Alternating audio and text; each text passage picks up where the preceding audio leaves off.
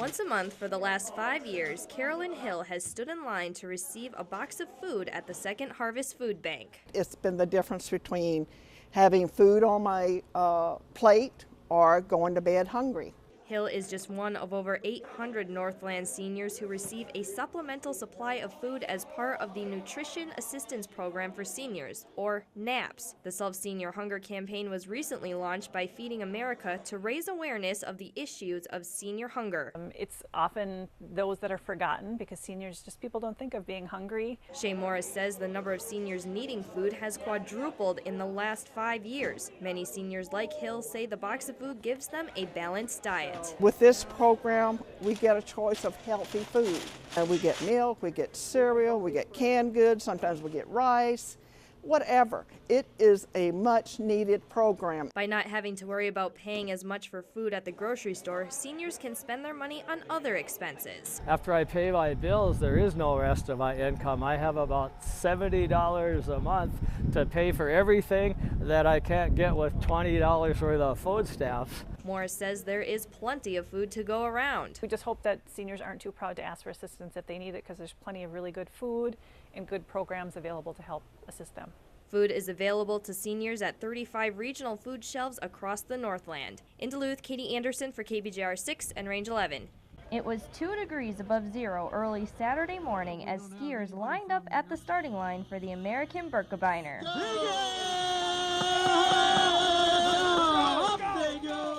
And while skiers waited, they were doing what they could to keep warm and mentally preparing for the challenge ahead. It's cold, so I would have to say just the distance is probably going to kill me, and the cold. The cold was not the only element that had Yankee anxious about his first race. The more than a foot of snow the area received over the last few days also weighed heavily on his mind. It's going to slow us down, but it'll be nicer when we fall, so then we have a little cushion. However, the sounds of encouragement from 20,000 spectators kept the athletes pushing through the snow. It feels great with everybody cheering you on, and you know you're so close to finishing. Another vital support system was the 2,000 volunteers handing out food and water as skiers passed by. We have people that take whole trays and they take it and they switch me, they take a full one, I get an empty one, I fill it up and away we go. Another important job is making sure skiers got their belongings at the end of their journey, which is what the Hayward High School football team helped do. We've got about 20 football players here today helping making sure all the bags of people's street clothes get in the right bus. It's extremely important because especially when you're a skier and you're exhausted, all you want to do is get something warm. And many skiers appreciated the help. The volunteers are the best. I mean, we couldn't get out there and ski without them, and I wouldn't have made it without all the goo and the water and couldn't have done it without them. Volunteers that work hard to ensure every skier crosses the finish line. In Hayward, Katie Anderson for KBJR 6 and Range 11. Pollution has no bias. It's been quite a struggle.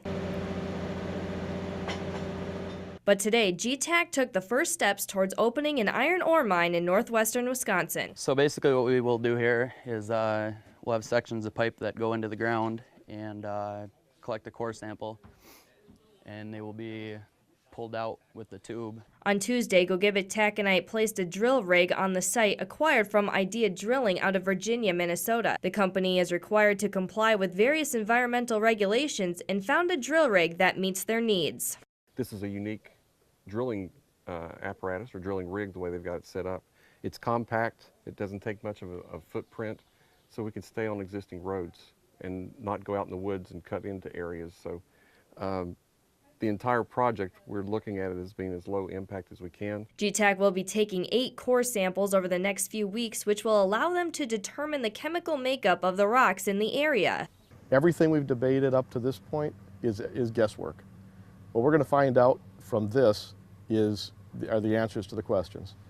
Opponents can use that information, supporters can use that information, but at least we'll be debating information. We won't be debating guesses. The company has faced legal and political challenges, and protests continued this week. Protesters came and blocked the road that leads out to some of the drill sites and even tore up some of the erosion control on one of the drill sites, which is counterproductive to the environmental protection process.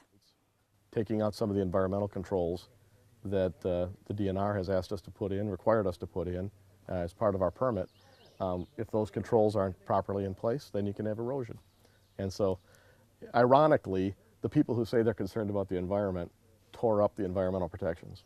In Melling, Katie Anderson for KBJR 6 and Range 11. To ensure an incident like this doesn't happen again, organizers are going to move the flags away from the road and beef up their security. Traffic off of Lake Avenue onto 8th Street, which is where we currently are, and 8th Street connects up with Minnesota Avenue at the end of the block. And while most people who are living at this camp have found a warm place to stay, there are still others who are out in the cold. It's blowing at full force, which is causing some drifting on the roads, making for a treacherous travel. Protesters came and blocked the road that leads out to some of the drill sites and even tore up some of the erosion control. And right behind this wall is the Sachs Museum.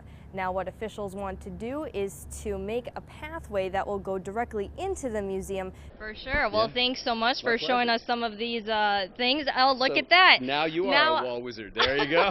I am. Well, thank you so much.